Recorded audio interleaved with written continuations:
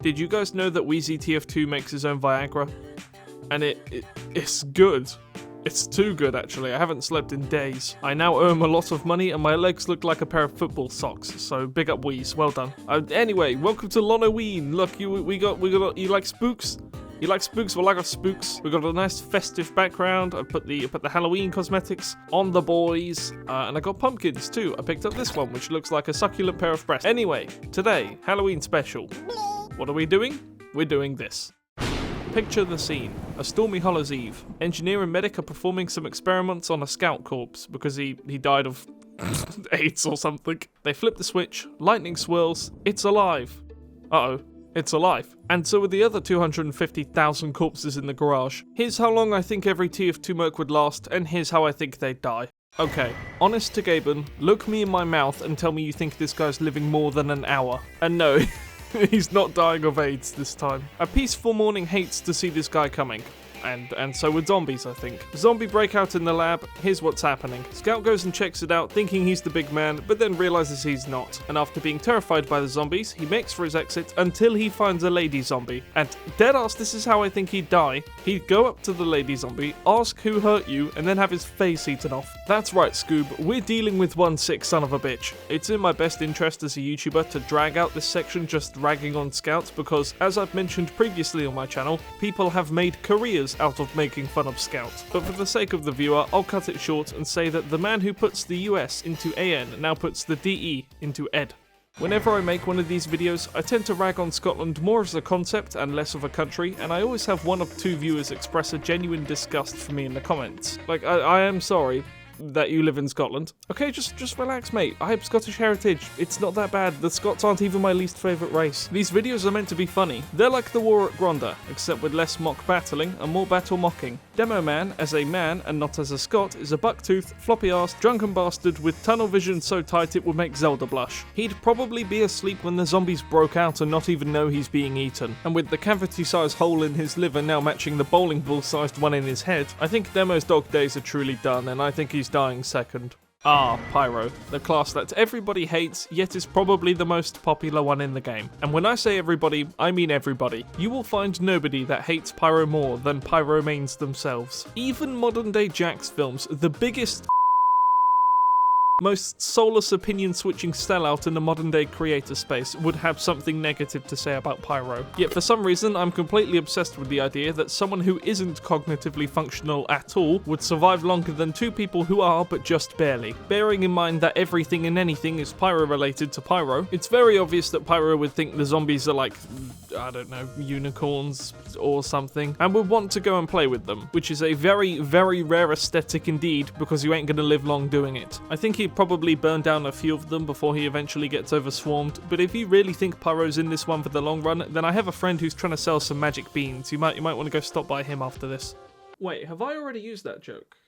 I swear I have. I swear I've used that before. Lads, comment down below if you remember which video that came from, because I don't actually. Anyway, this part of the video serves as a sort of natural break, as I believe all three of our previous Mercs would just die instantly, pretty much, and the rest of the Mercs we're going to cover actually have a decent chance of living some amount of time. So instead of spending the next 60 seconds telling you about how if I hit 50k subs by the end of the year, I'll show you my haul, I thought I'd tell you about something meaningful, as I'd like to thank the sponsor of this video, Merchant.tf. Merchant.tf is the new and up-and-coming fastest way to sell and trade your TF2 items. Like, say, your old, stinky, disgusting Pyro loadout you've been trailing around for 2 years. Why not swap it out for something new? Whether you're looking to buy or simply trade items, Merchant.tf's 30% discount compared to the Steam community market and sleek user interface have got you covered. Or maybe you've been thinking about cashing out of TF2 for a while. MVM updates on the way? Hype's building? Lads, there's never been a better time to cash out. By using my code Lon'qudor in all caps, you can get up to a $5 bonus on your first trade after spending $100. So, if you're interested, you can find a link to Merchant.tf in the pinned comment or the description down below. Thank you again to the people at Merchant.tf for sponsoring this video. Now back to our regularly scheduled shenanigans.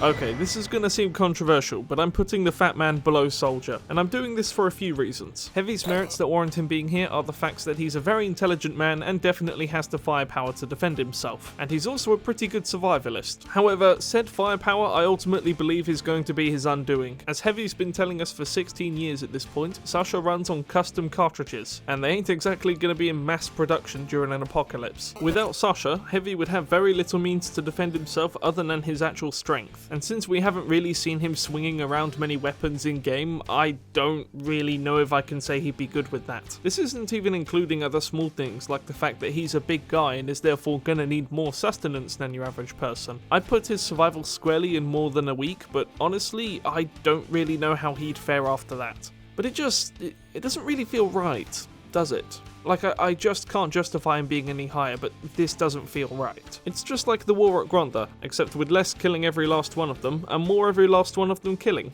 Heavy. Because he's gonna die. Wow, that wasn't funny at all.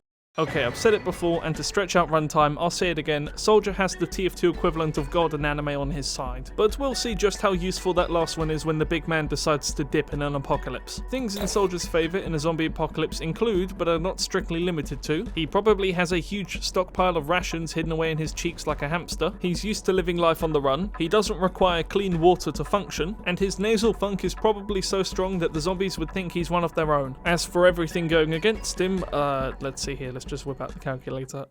Beep boop, bop, bop. Literally everything else in life. First of all, a lot of Soldier's survivalist tactics just simply aren't really gonna work against zombies. For example, the times when he covers himself in oil, the times when he covers himself in honey and goes up against robots. That's not going to work against zombies. Assuming we're following typical zombie rules, all it would take is for one bite for him to turn. And then we also have to think about things like how he is canonically dying of lead poisoning, something that so far has only given him minor brain-related stupidity, but would most definitely add up the longer time goes on, and without proper medical help, I think he's done for. I think Soldier could quite literally be fighting tooth and nail one week and then graves up the next. Maybe anime wasn't the winning part in the end. Okay, we find ourselves at another sort of natural break, as the rest of the Mercs we're going to cover I could see living a genuine good amount of time, and with some serious luck, efficiency, and maybe even a bit of praying, I think some of these lads could eventually help to rebuild and live into a new society. Sniper and one other Merc, however, I think are just going to miss out on this. Sniper's a quirky guy, and ironically enough, those quirks are going to be the very thing keeping him alive. Sniper is distant from combat, an excellent hunter, and used to being mobile and living in a van. If I was the human resources manager of a zombie apocalypse, I'd hire him immediately. Being distant from combat would reduce your chances of, say, a zombie infection, hunting would allow you to provide your own sustenance, and having everything you need to live in a car no less is a very good thing if you become overswarmed. I ask you this one question though. How sustainable do you think this lifestyle is for one man, no less? You see communities thriving in zombie media because they are exactly that, communities. Hunters, people who know agriculture, people who know arable, medics, doctors, etc. One man simply driving about and hunting meat when he can, I just question how sustainable that is. I put him in over a year, I don't put him any higher than that. You know, I really wanted to put Sniper here. Like, you can probably tell I wanted to put him here as his section is going to be longer than this one. Okay, so the more I thought about it, the more I realised that being able to disguise as zombies and semi-permanent invisibility are just utterly broken in a zombie apocalypse. It doesn't matter how good you are at anything else, these things will carry you to the very end. Spy isn't exactly a man who knows anything to do with survival, but that doesn't matter. He could literally just continue to live out his life day to day to the best he can and not have to worry about the zombies at all. This is, of course, all under the assumption that disguising as zombies actually works, which I'm just gonna say it does. I mean, you know, we've had sillier things happen in these videos. Now, obviously, zombie apocalypse survival video fictional scenarios completely ignore the fact that things like nuclear power plants would melt down and satellites fall from the sky. Okay, that's just a given for the genre. Obviously, though, in this setting, utility services are still going to close, so there's going to be no electricity and no running water to most buildings in the future, and I don't exactly think Spy is going to be generating his own bioelectricity. But the strength of Spy in this scenario comes from the fact that with his disguises and his invisibility, we can just consider him semi-immune to zombie influence, and therefore he can just do things at his own pace pace. He could go into dilapidated towns where no one else could and gather resources. And he could probably make friendly with future encampments by doing this as well. Essentially, the world says jump, Spy says how high. You could most definitely make it a very, very long time living life like this. So why is he only in the lives more than a year tier? Well, it's because he's not either of these two.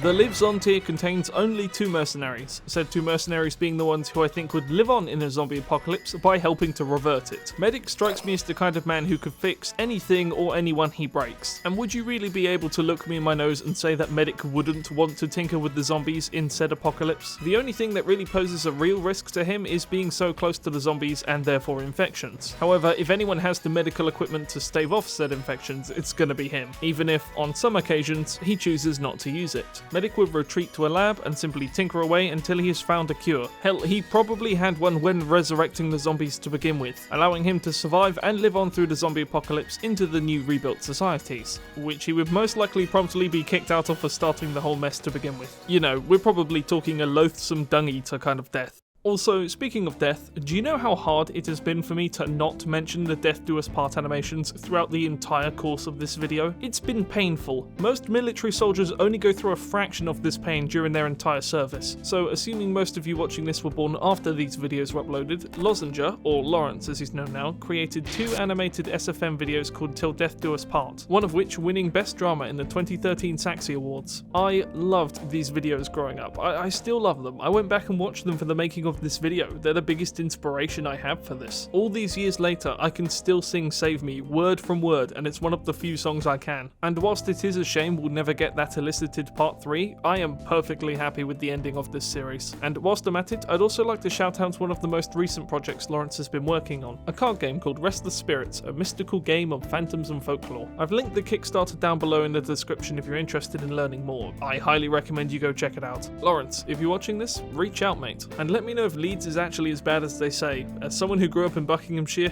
I've only heard terrible things. Anyway, yeah, so, Medic. Yeah, he's gonna do good.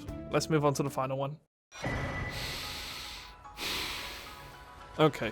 Let me just run you through the typical day in the life of a Lon'qudor. Wake up about 1 PM, hungover from yesterday's morning. Start my day off with a light breakfast, typically consisting of tea and some sort of pastry, and then I typically go from that into a heavy lunch. Sit down at the computer at 3 PM, ready to make a video, load up Premiere Pro, and then remember that this bastard exists. Every single video I have made recently in my modern style of TF2 content has had this balding bitch centered at the very top of the list. I promise you I am not intentionally doing this. Engineer just solos everything. Next time I make one of these videos, I'm specifically choosing a topic that will put NG in dead last place. Take the exact medic scenario I was creating in your mind earlier, and then just replace it with engineer, and then replace all of the surrounding oxygen molecules with sentries. He can find a cure, he can build a machine to do it, he can build a machine to build a machine to do it. I wouldn't put him past him to build a machine to build a machine to build a new society for him. I'm tired, boss. I don't want to make these videos anymore until they remove Engineer from the game. I want to make some Marvel Rivals videos. Genuinely, let me know down below if you'd watch which Marvel Rivals characters are virgins, because I'm really thinking about it. But until that day comes, there are only 3 facts I need you to remember, dear viewer. Zombies grown, Scout dies, and brother, Engineer solos.